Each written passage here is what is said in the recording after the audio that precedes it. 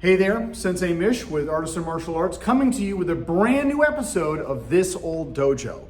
So in previous episodes, you saw us build, and then you saw my buddy Mike, who's the contractor, come in, drill holes, and mount that thing to the floor. Well, the inspector just left a little while ago, and so now I'm ready to sheetrock. So now we can actually sheetrock, tape, paint, put in the flooring, and do all that glorious stuff I have been so waiting to do.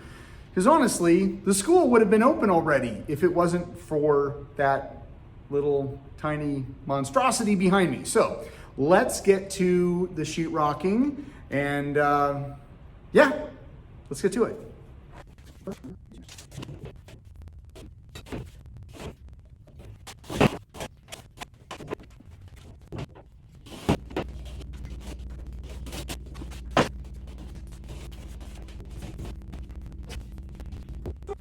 Okay, so you might be asking why I'm cutting them not lengthwise, because I could definitely cut it lengthwise and put 8 feet there as opposed to just 4 feet. Well, sheetrock, for those of you who don't know, on the long edges, there's a natural divot. So, and maybe divot's the wrong word, but it naturally slopes down, and it's designed for taping and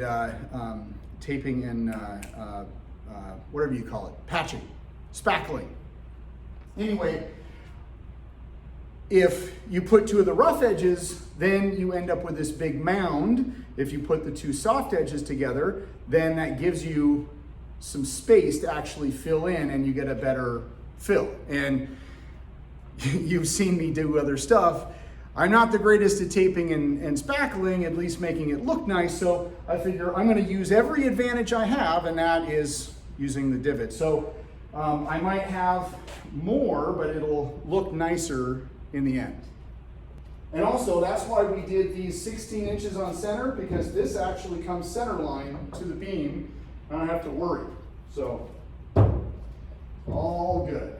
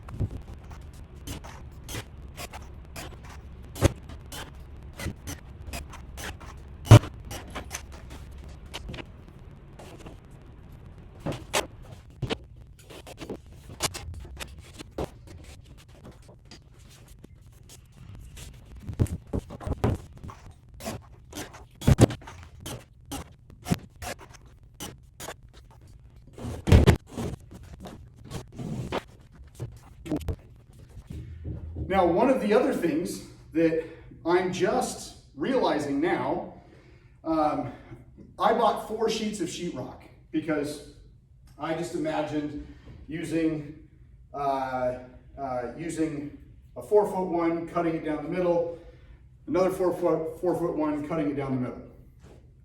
Okay, and then seaming it up. But doing it this way, I have 2 pieces like this that I can use on this side. And I think with what's left over there, cutting it at the shorter piece, I may actually only need 3 instead of 4. So I could actually return one. Go figure. So less material waste. And yeah, so kind of excited about that one.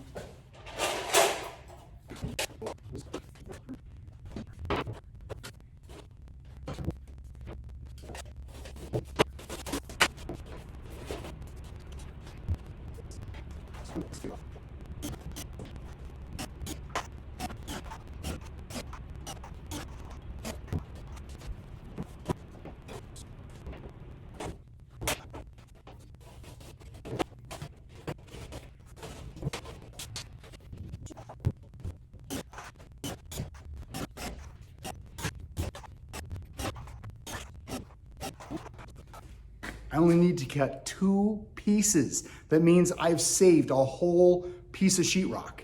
It's amazing.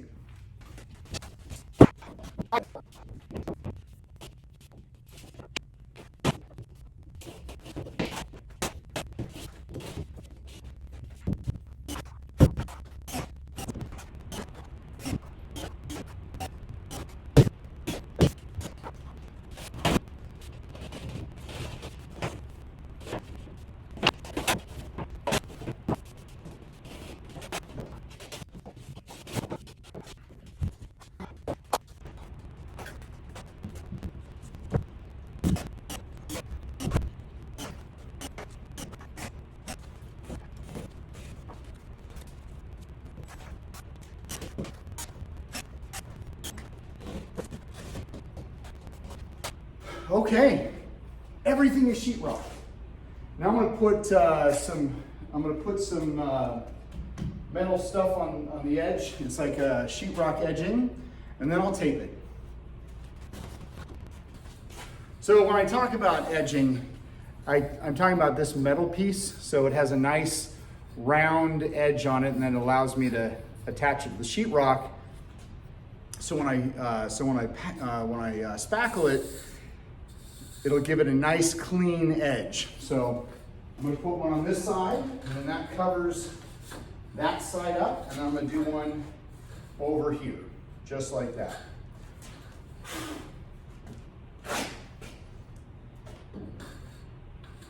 And because I don't have metal snips on me, or even a little hacksaw, I'm just gonna screw this on, and then I'm gonna use a Dremel to cut it off. Not a traditional way to do things, but you know, you got to do what you got to do.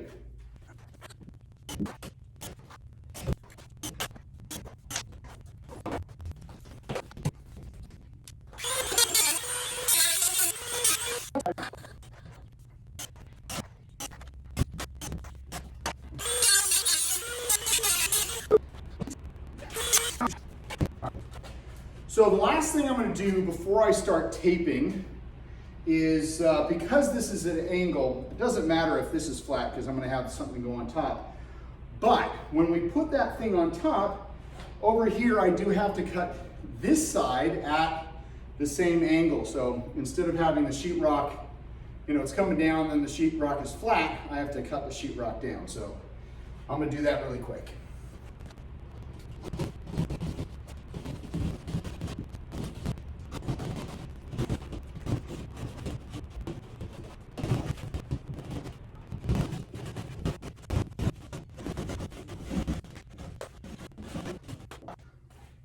A little bit of vacuuming.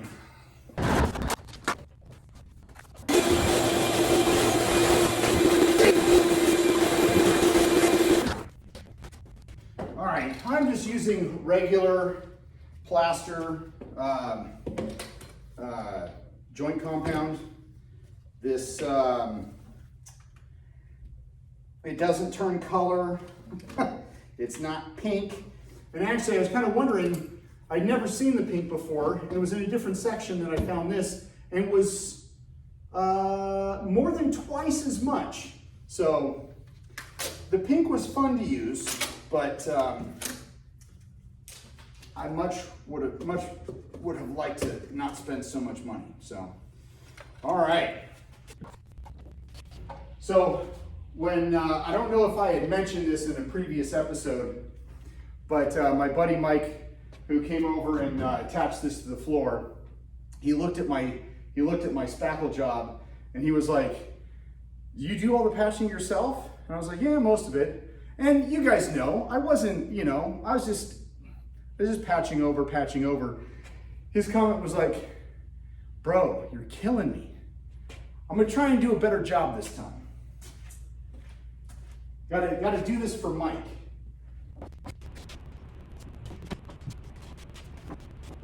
I will say one thing, it's a lot easier to patch flat, fresh drywall than it is textured old wall. So you can see I'm just throwing patch in this crack, but I'm going to go back over with tape. I'm going to do the tape a little bit differently too. I'll just see how that, not make it so wet as I did before. See if I get a different result.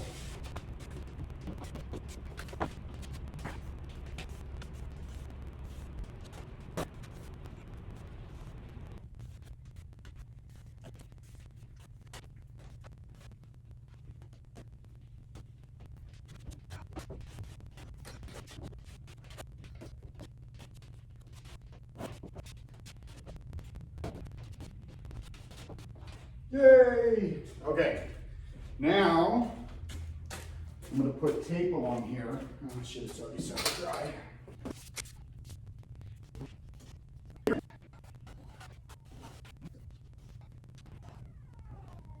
All right, so this is wide enough so the divots or where it goes down in the thing, this is wide enough so I can get on each side, so I can get a really nice, good, clean tape there.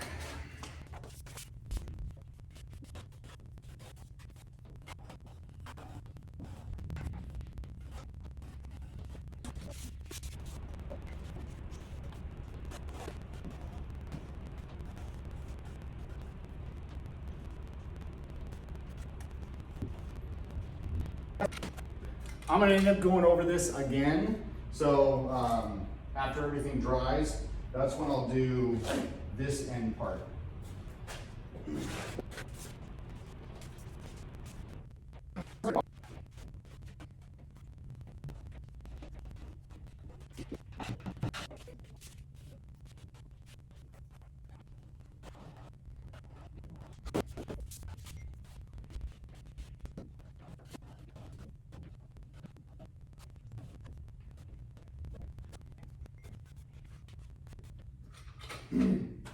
Okay.